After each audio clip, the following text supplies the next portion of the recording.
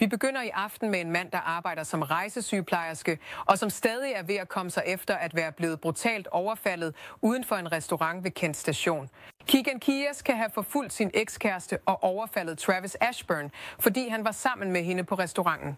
Fox 13's Jennifer Dowling talte med hende om overfaldet, og vi vil gerne advare om, at nogle af detaljerne og billederne kan være svære for nogle seere at se. Lauren Aaron siger, at hun og offeret Travis har været venner i mange år, og hun mener, at hendes eks måske har brugt en GPS-tracker til at finde dem på restauranten, før han indledte overfaldet. Han har været en fantastisk ven, støttende.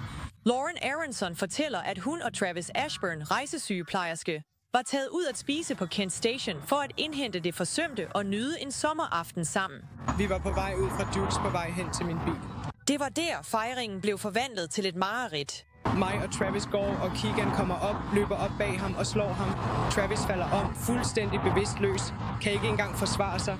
Hun fortæller, at hendes ekskæreste Keegan Keyes listede sig op bag Travis og slog ham i hovedet, så han faldt bevidstløs til jorden. Han sætter sig ovenpå ham og begynder bare at tæske ham og altså tramper ham i hovedet og stikker sig af. Vidner fortalte politiet, at han var blevet slået bevidstløs efter det første slag, og derefter blev den bevidstløse Ashburn slået flere gange i ansigtet. Dette var et foto af hans skader, som blev indsendt som bevismateriale. Det var så voldsomt, at vi var nødt til at sløre det. Jeg råber, nogen hjælp ham. Lauren fortalte politiet, at hun også tidligere var blevet udsat for fysisk vold af Keegan, og sagde til politiet, citat, Keegan havde med magt presset sin hånd mod hendes ansigt, hvilket fik hendes læber til at hæve og hendes næse til at bløde. Da politiet så blev tilkaldt, forsøgte han at køre væk med beviser og tog de blodige lavner med sig. Hun sagde også, at Keegan truede med at skade eller dræbe hendes hunde ved at hænge dem, skade hendes venner og skade hendes familie. Det krævede til sidst, at nogen anden blev såret, før jeg stod frem med det hele. Efter overfaldet på Travis fandt efterforskerne en sporingsenhed på gulvet i Laurens bil.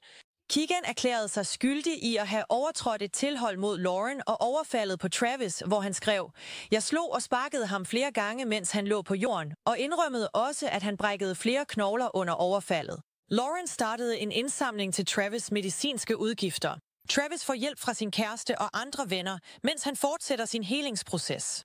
Han skrev til mig i aften og sagde, det har allerede været en lang og smertefuld rejse indtil nu. Det er hjerteskærende, at det her skete for ham, du ved. Det kunne ikke være sket for en mere venlig og omsorgsfuld person, og... Selvom Travis er ved at komme sig, har han ikke kunnet arbejde på grund af sine skader.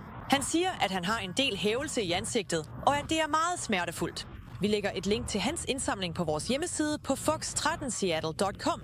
Rapporteret fra Kent, Jennifer Dowling, Fox 13 News.